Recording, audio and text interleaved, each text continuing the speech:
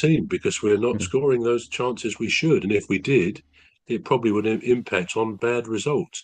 I don't Mm. really think that we were 3-0 losers. It was 3-0, but I think the Mm. last one was a penalty. Probably a fair result might have been 2-1 to Manchester City. There's no shame in losing to Man City. Let's face it, No, they're a very good no. team. They got some great youngsters coming through as well. So there's no shame. And of course, we did win the previous week against Fulham Yeah. and against Burnley. So two away games in the Premier League victories took the heat off of losing to Manchester City. And at the moment, Palace is still fifth.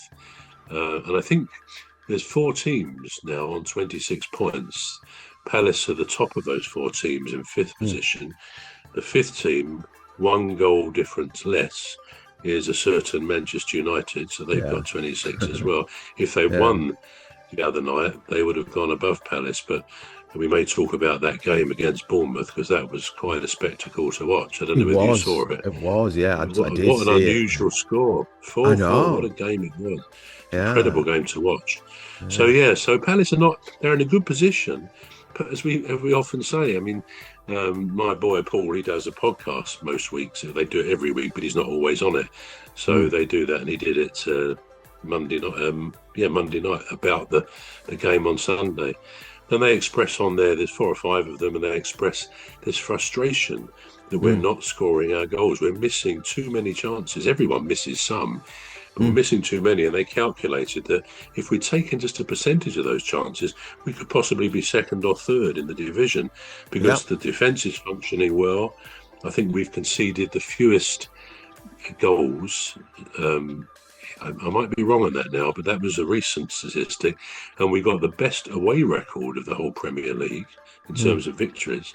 So they're not doing badly, but just that little No. bit of No. difference, scoring the goals when the chances come, would make a big effect on our position, I think. Mm. Well, I mean, you don't expect teams to win all their games, so a loss isn't that bad. And No, and and, no, and the position on the table as well, isn't it's a really good place to be this time of the year. With yeah, everything still to come, because you could have teams that do well before December, flopping in yeah, the new year, yeah. and vice versa. So yeah, I just looked at it and I thought, oh, I really wanted Palace to win because I don't like Man City anyway. So I really Yeah, wanted Palace to win. I thought, oh my, but it was a good game to watch actually. it was. Yeah, it Um, was. Palace was still the Palace that I know. But I think Manchester City rather, they were much more prepared. Let's put it that way. Not necessarily better, Mm. but much more prepared. Or maybe they caught Palace on an off day. That happens. That happens, don't it? But yeah, but that's no testament to the form that Palace is in at the moment. It's no testament to it. It's just, you do lose games and you win games, don't you? So that's You it. can't win them all, can you? No, you Basically, can't. You in can't. You can't. any part of life, you can't win Yeah. them all. Just Yeah. one slight add-on to the game itself.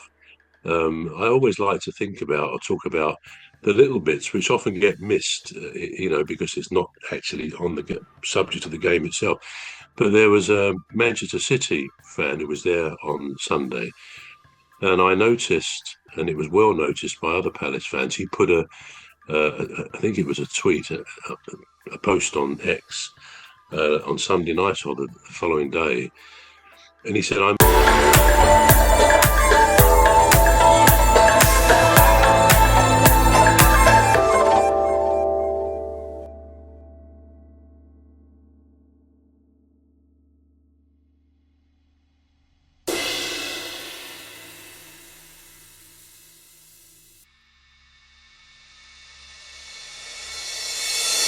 And he said, "I must pay." This is a Man City fan. He said, "I must pay tribute to Crystal Palace's captain, Mark Gahey."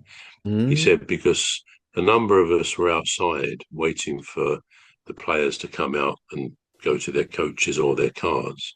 Mm, A number of Palace fans and Man City fans, mm, and he said Mark Gay came out eventually, and he waited. He said there were lots of people, Man City fans as well, because he's a well-known captain, a well-known player for England, of course, Mark Gay, mm. as well as Palace fans and Man City fans.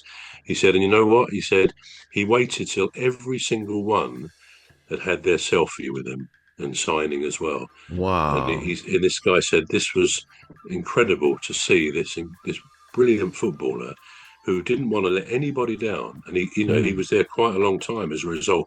At the end of a tough game where they just obviously want to go to their homes, but yeah. he couldn't speak highly enough of Mark Gay, and I throw that in because sometimes footballers get a bit of a bad press, don't they, about their Mm, earnings or their self-centeredness, their lifestyle. But mm. there are some good ones about, and I'm sure more than we sometimes give credit for.